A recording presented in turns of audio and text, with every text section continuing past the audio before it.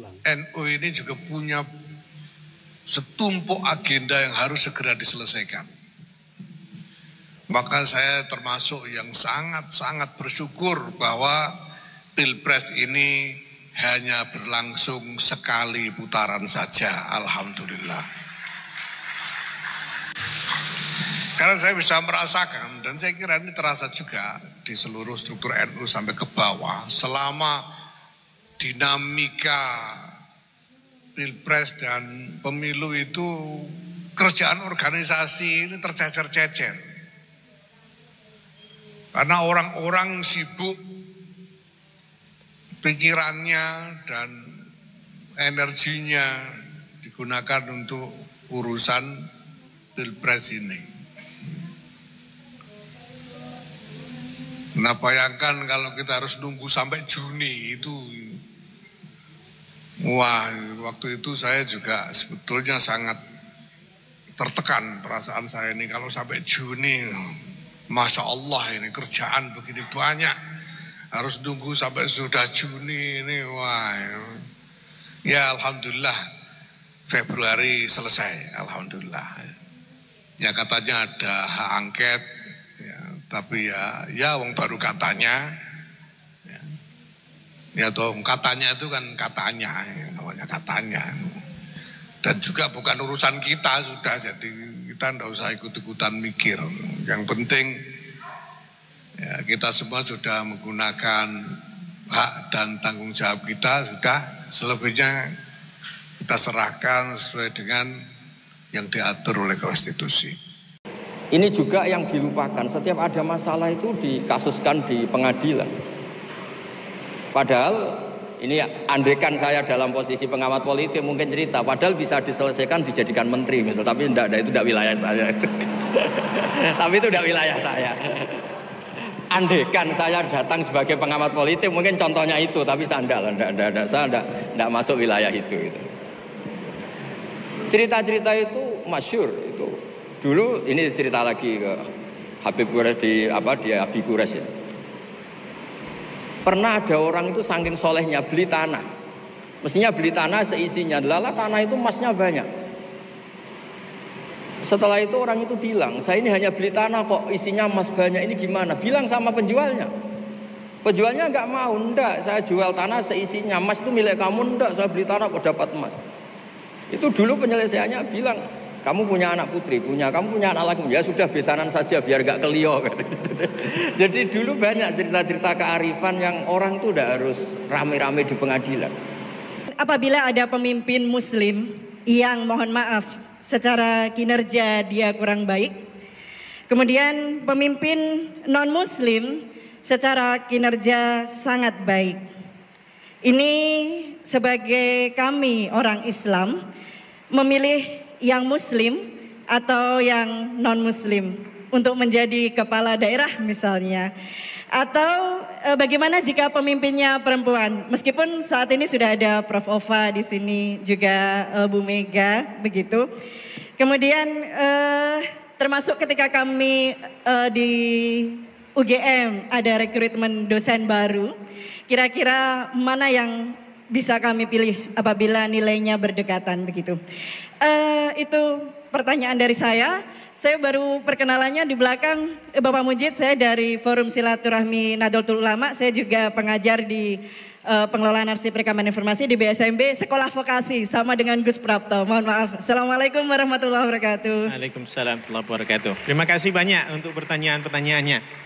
Ada orang sengketa, kadang-kadang dilaporkan ke polisi itu silakan selesaikan secara kekeluargaan.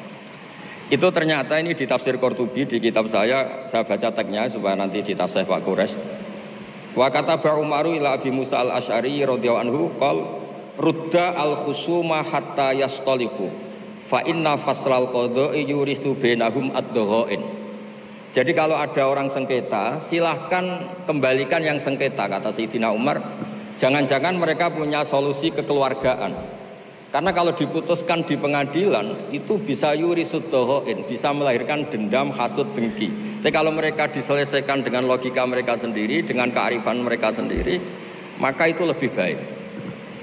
Ini juga yang dilupakan. Setiap ada masalah itu dikasuskan di pengadilan. Padahal ini andaikan saya dalam posisi pengamat politik mungkin cerita. Padahal bisa diselesaikan dijadikan menteri misal. Tapi itu tidak wilayah saya. Tapi itu tidak wilayah saya. Andaikan saya datang sebagai pengamat politik mungkin contohnya itu. Tapi saya tidak masuk wilayah itu. Cerita-cerita itu masyhur itu.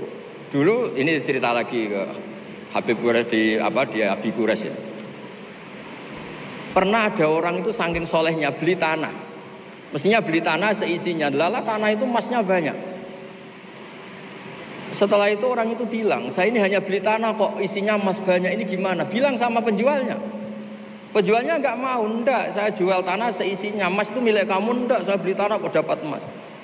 Itu dulu penyelesaiannya bilang, kamu punya anak putri, kamu punya anak laki, ya sudah besanan saja biar gak kelio. Jadi dulu banyak cerita-cerita kearifan yang orang tuh udah harus rame-rame di pengadilan. Ya tadi andaikan saya politik, mungkin contohnya gak usah di MK lah, dimenterikan gitu. Misalnya andaikan saya politikus. Tapi enggak, itu udah wilayah saya. Jadi di antara kebaikan Islam, benan nas, bukan benal muslimin, bukan benal muslim wal kafir, benan nas. Kita rukun sesama non-muslim itu juga ajaran Islam. La khaira fi katsirin min najwahum.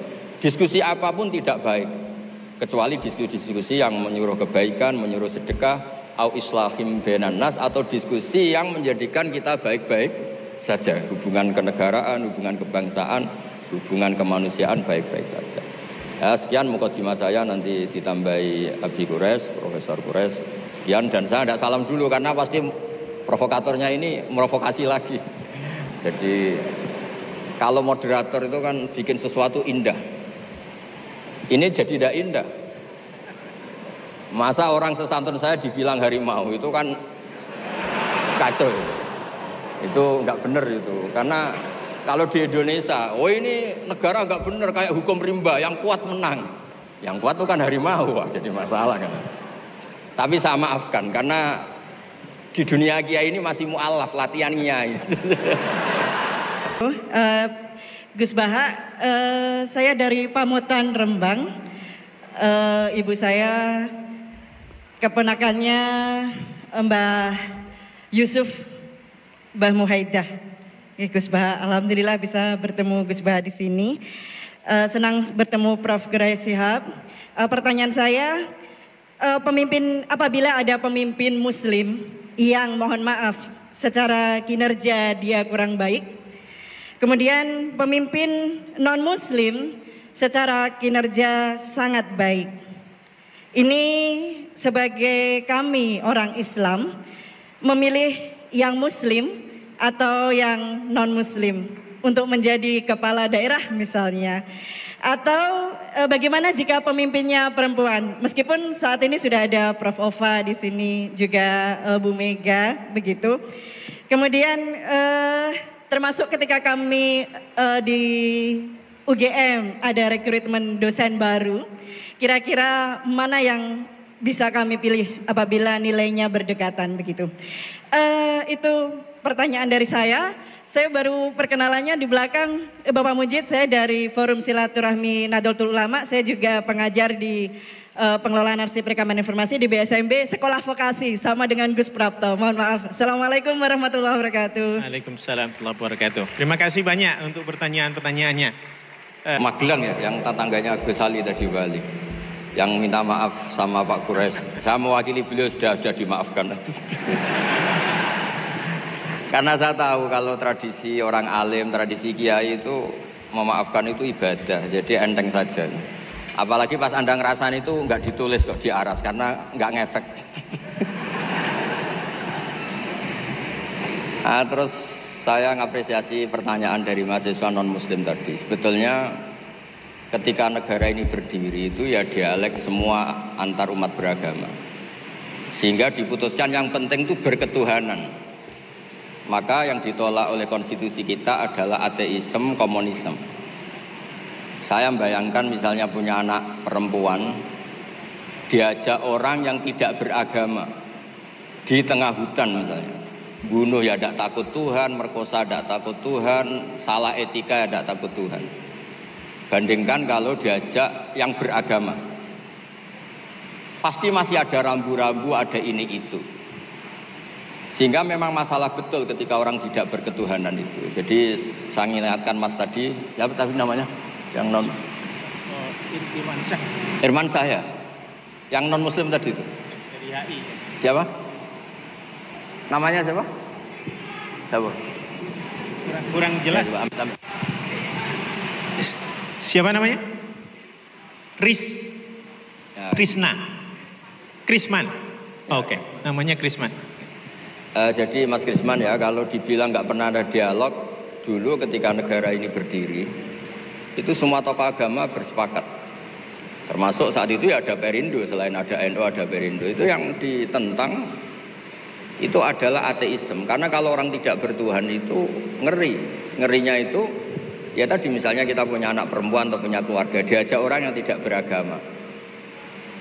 Misalnya berzina ya tidak takut dosa, merkosa ya tidak takut, bunuh ya tidak takut karena tidak punya Tuhan. Mungkin takutnya sama polisi ya kalau ketahuan, kalau enggak. Tapi kalau orang bertuhan ini sistem kesalehannya, sistem kebaikannya ini berlipat-lipat. Takut hukuman Tuhan, takut sosial, takut ini itulah, sehingga kita bersepakat berketuhanan. Lalu kedua, ada beberapa kejadian nyata. Di beberapa negara yang pahamnya itu tidak bertuhan, itu bekas kondom atau bekas apa dipakai lagi, didaur ulang. Bahkan tinja yang bisa dikelola jadi bahan makanan. Kalau yang beragama tidak, termasuk mungkin di ilmu medis ini tidak wilayah saya, tapi saya cerita.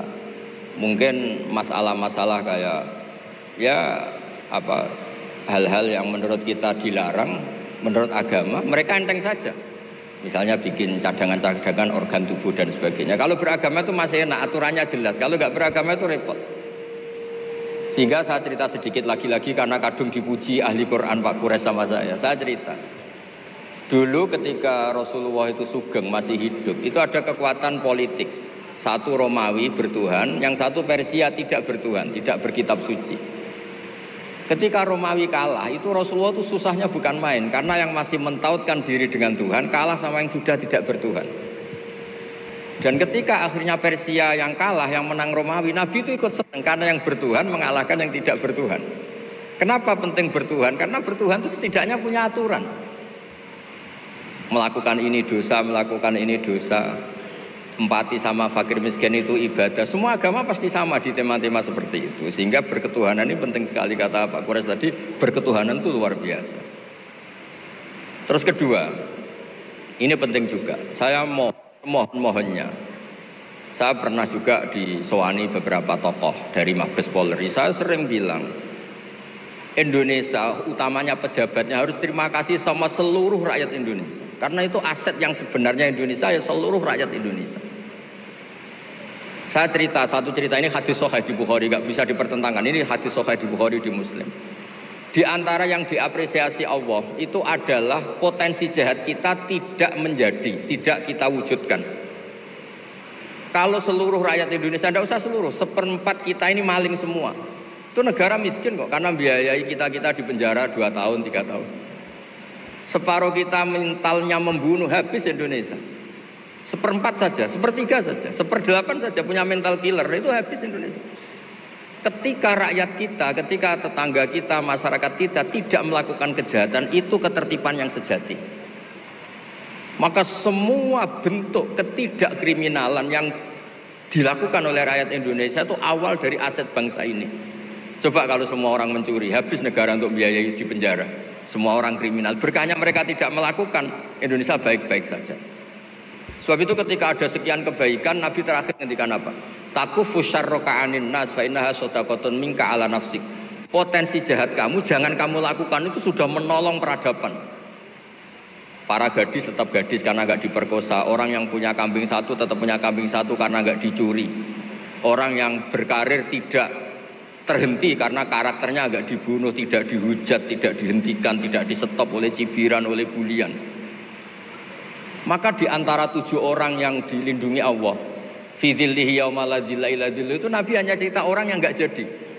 Di antara yang diceritakan Nabi dalam sebuah hadis, saya ini lelaki sejati, sangat mencintai sepupu saya dan saya mau ngumpuli dia, tidak mau sampai saya kasih uang 100 dinar. Setelah saya kasih 100 dinar, saya ingin ngumpuli dia dengan cara salah tentu. Dia gak mau dan berpesan, la tafuddal khatam illa bihaqqi. Kamu jangan ngumpuli saya sebelum nikah. Singkat cerita, pemuda ini gak jadi melakukan hal yang nista, yang gak benar. Itu sama Allah dijadikan wali, berkahnya nggak jadi. Jadi kalau potensi kejahatan kita tidak menimpa orang lain itu sudah luar biasa. Jangan nunggu berjasa kita dapat penghargaan setelah kita jadi kiai besar, jadi dosen UGM, jadi ini itu. Semua masyarakat kita yang menahan potensi kejahatannya itu adalah aset sejati Indonesia. Karena sekali mereka berkejahatan, entah itu mencuri, merkosa, habis. Harapan kita sebagai bangsa habis. Tapi selama ini nunggu ngapresiasi itu yang bentuknya fi'lu, yang bentuknya mereka melakukan apa, sebetulnya enggak. Tidak melakukan kejahatan itu sudah bagian dari kebaikan yang luar biasa. Terus yang terakhir tadi yang pertanyaan pemimpin muslim dan non muslim. Memang ini wilayah sensitif, tapi sebetulnya bisa dianalisis secara fikih. Ya saya ulang lagi, bisa dianalisis secara fikih Nusantara, fikih kebangsaan. Jangan dianalisis pakai fikih yang internal dalam Islam. Saya ulang lagi, jangan dianalisis menurut fikih yang di internal Islam. Kita beri contoh umum saja ya. Kita beri contoh umum saja. Dulu Pak Gores pernah mencontohkan kalau non muslim bisa jadi pilot beneran, padahal dia non, sama Pak Munjid yang kiai di UGM nggak bisa jadi pilot. Kira-kira milih mana? Tapi itu kan wilayah yang sensitif karena ini di Indonesia itu konteksnya bukan urusan pilot, urusan mewakili kebanyakan Indonesia itu muslim. Dan demokrasi itu mencerminkan suara mayoritas. Tapi tidak mungkin juga membiarkan muslim yang killer, yang pembunuh, yang dulu punya reputasi yang misalnya macam-macam. Jadi hal-hal seperti itu, kata Quran itu, jangan berdiskusi sesuatu yang kalau menjadi jelas malah masalah. Karena itu kan seperti pertanyaan gini, Gus saya punya kerabat di Jogja, tapi pelit, sama orang lain dermawan, bagus mana? Kita kan nggak mungkin menganjurkan mutus hubungan keluarga. Tapi tidak mungkin juga suruh ikut orang pelit. Anda bukan orang fikih karena kalau yang nggak ahli fikih itu ya gampangnya saja jawab semaunya. Tapi kalau saya sebagai orang yang nekuni fikih itu bingung. Saya sering ditanya orang juga, Gus saya mau nyalon lurah, ya lurah atau bupati atau apa. Katanya nyuap itu haram Gus. Setelah dipraktekkan nggak bayar, nggak bagi uang, ya nggak jadi betul. Yang menang yang bayar. Terus akhirnya fikihnya tak rubah. Nyuapku yo haram, medit yo haram kata saya. Dimodifikasi sedikit, akhirnya alhamdulillah Gus bar sedekah gitu. Ya menang akhirnya berkahnya sedekah. Karena kita sebagai pemimpin atas nama tidak nyuap ya jangan juga jadi orang kikir dong. Atas nama tidak nyuap terus jadi orang kikir. Repot kan? Tapi jangan juga bayar yang sampai merubah hukum dari orang yang nggak layak mimpin karena bayar menjadi pemimpin. Itu ya jangan juga sampai gitu. Ya akhirnya saya bilang nyuap itu haram, medit juga haram.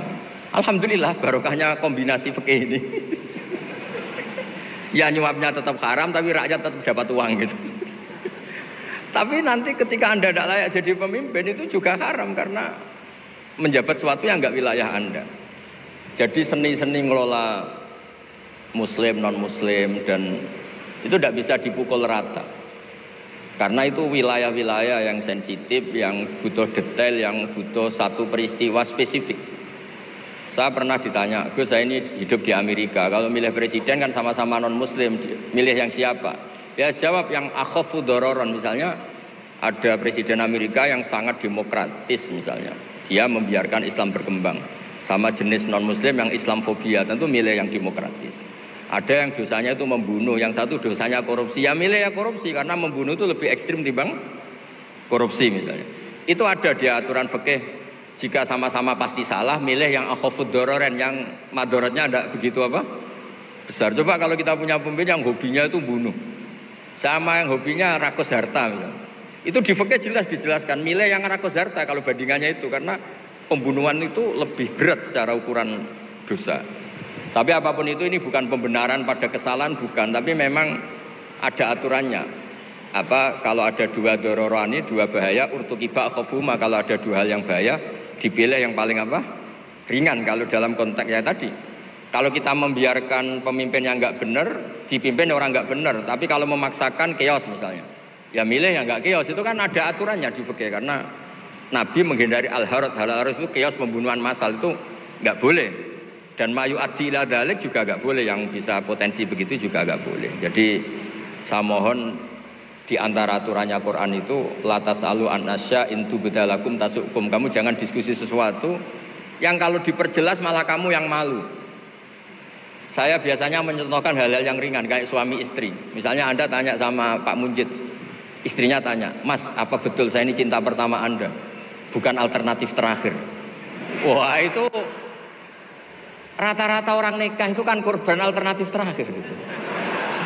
Itu kalau ditanya sama-sama konangan itu aslinya itu.